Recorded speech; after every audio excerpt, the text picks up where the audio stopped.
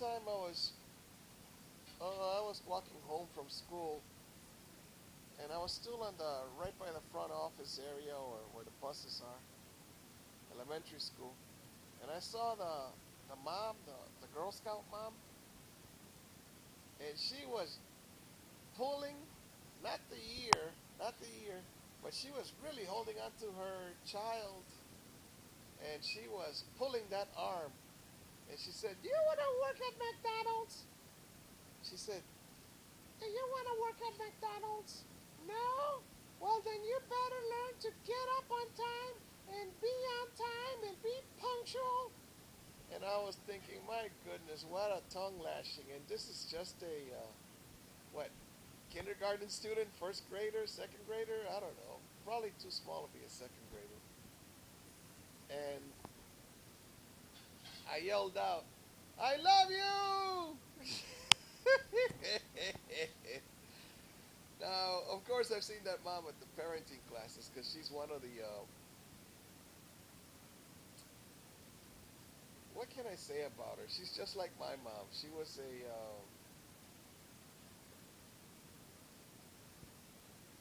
powerful woman, a leader. The only problem with that, you see, is that, so what? You're on time to go to school. And then what? "Yeah, you don't like being on time, Daniel?" Well, I like being on time. I remember watching the TV show Visitors, which were about lizards that came from outer space and they ate cockroaches. and, and of course, the lizards used to dress like humans with human skin, and they were the girls were very pretty. Yeah, Michael Donovan was in the show, and he was a real athlete. He could run faster than the lizards and stuff. But anyway, what happened was,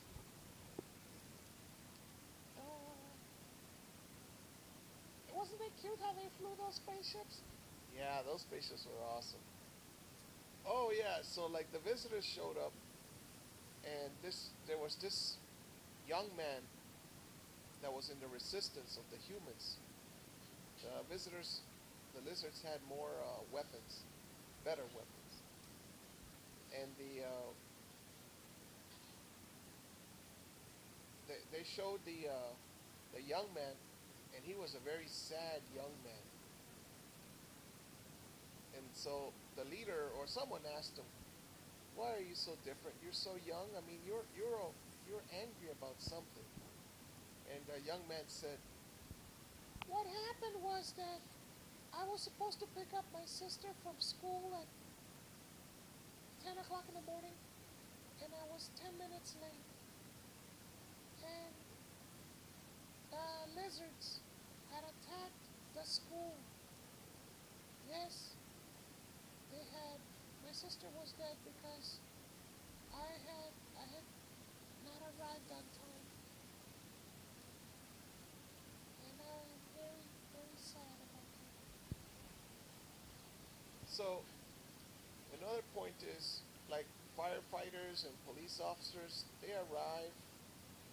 Soldiers also, they arrive, and they take command and they take control of the situation. And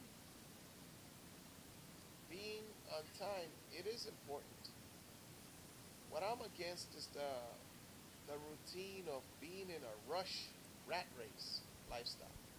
You see, my nickname is Daniel Tortuga, and I picked it because, well, I found out I don't run as fast as I used to.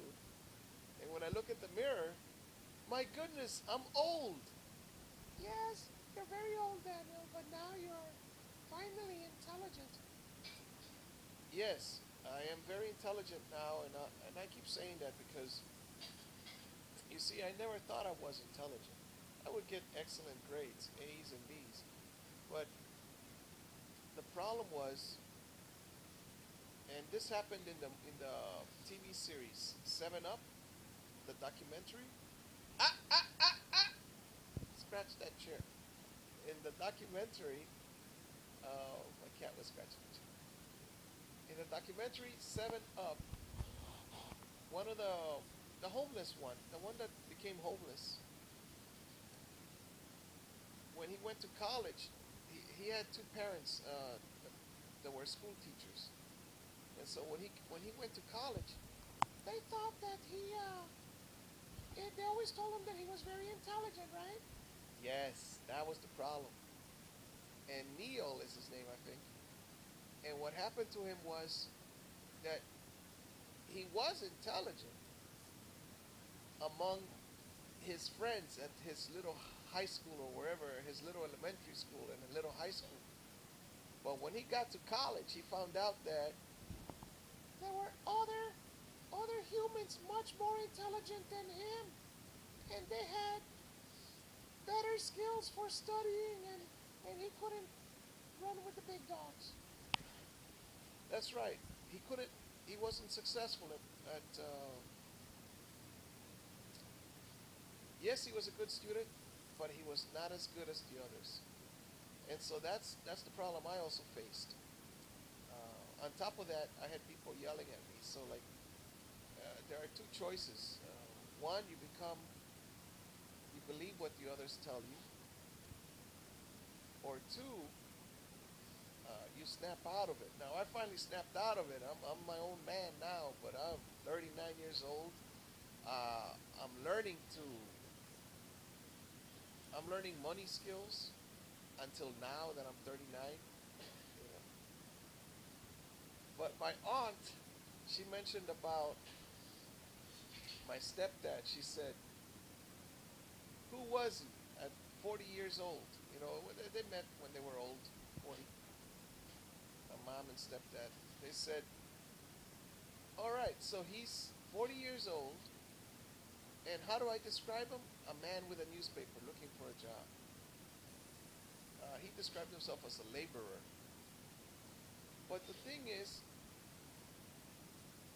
he had confidence. He taught me about martial arts. He had confidence. But the problem was, he had no money skills. You see, money skills are very important. Why don't you tell him about Don Julio? Yes, Don Julio. Now, my grandpa was a big shot, ex-military. And Don Julio, he was just no, a young man, but he was a shoemaker. But not just shoes, I mean leather. He would make the la vaina del machete.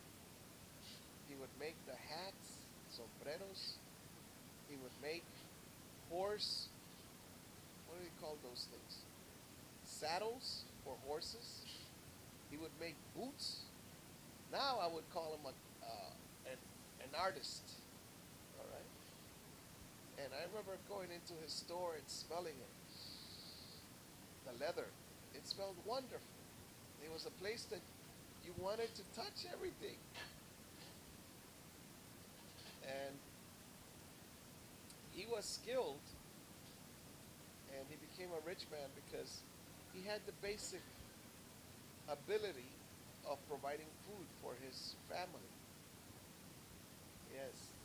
And of course, his partner, his wife, excellent lady as far as she was strong. She was also a seamstress, you know, a shoemaker and a seamstress. Very powerful persons. And so they're my role models for learning skills. You're gonna teach your children to make money? Yes. Uh, that's the best thing I can do. Teach them about my God and teach them about the brain that God gave us. And while we're here on earth, we're supposed to work to serve one another. And one of the things that we can do is, if you like cooking, then learn that skill. If you don't like cooking, learn it anyway because you're going to need it when you get to college. They close that cafeteria on Saturdays and Sundays. You know. All right. Yeah.